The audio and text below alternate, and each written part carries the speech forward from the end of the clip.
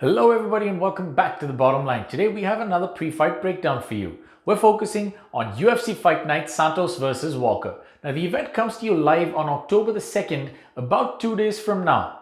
And unlike most PPV cards, this is a Fight Night event, so it's not quite as stacked. But for those of you that are familiar with the sport, you'll probably find names on this list that you can recognize. The undercard has the likes of Jamie Mullarkey, Devontae Smith, Betchko Hare, Antonina Shevchenko. And on the main card as well, there's no dearth of talent. You have the likes of Nico Price, Kevin Holland, and Misha Serkinov, not to mention Aspen Ladd's on there as well. But let's get to what we're all excited about. The event that I want to talk about most is the light heavyweight clash between two of the heaviest hitters in the game, Thiago Marreta Santos taking on Johnny Walker.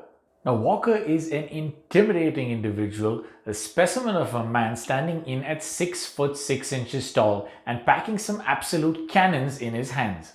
He was actually on a complete tear through the division on a 9-fight winning streak before he was stopped by Corey Anderson. Now, if you look just at that record, it doesn't tell the full story. The final win on that 9-fight winning streak was his knockout of Misha Serkinov. Now, unfortunately for Walker, he went in for a celebration like he usually does, and that worm dance on this instance actually ended up injuring him to his shoulder. Apparently, he needed surgery and several months of recovery to get back and was never quite the same after that incident. And I think the results showed because he was stopped by Corey Anderson and then went on to lose 2 in a row when he dropped another decision. He has since recovered though and is back in the win column. His last outing in the UFC, he took on Ryan the Superman Spann. Now Spann actually had him going backwards, and Johnny, in his trademark style with his back to the wall, came out swinging and ended up knocking Spann out, putting him back in the win column and earning him another highlight finish for his already very impressive resume. Standing across the octagon from him is Thiago Marreta Santos, probably one of the only people that can lay claim to have hands just as dangerous as Johnny Walker. Now, he's not quite as tall as Walker, but he's over 6 foot tall and looks every bit the challenger that Walker deserves.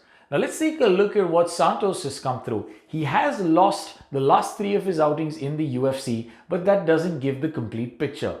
Now, looking down at those last 5, you can see that Santos has a knockout win over Jimmy Manuwa, after which he proceeded to knock out in emphatic fashion the current light heavyweight champion of the world, Jan Blachowicz. Well, Blachowicz made the mistake of going into a firefight with Santos, Santos came out on top. Well, that put him on a collision course with Jon Jones. And how many people can actually claim to have a split decision loss against Jon Jones? Well, 3 people come to mind: Alexander Gustafsson, Daniel Cormier, and Thiago Santos. So he is an individual who is in some very rarefied air. And stylistically speaking, I think this is one of the best light heavyweight events that could have been made. Both men known for some absolutely devastating knockout power and the ability to come out swinging no matter the opponent.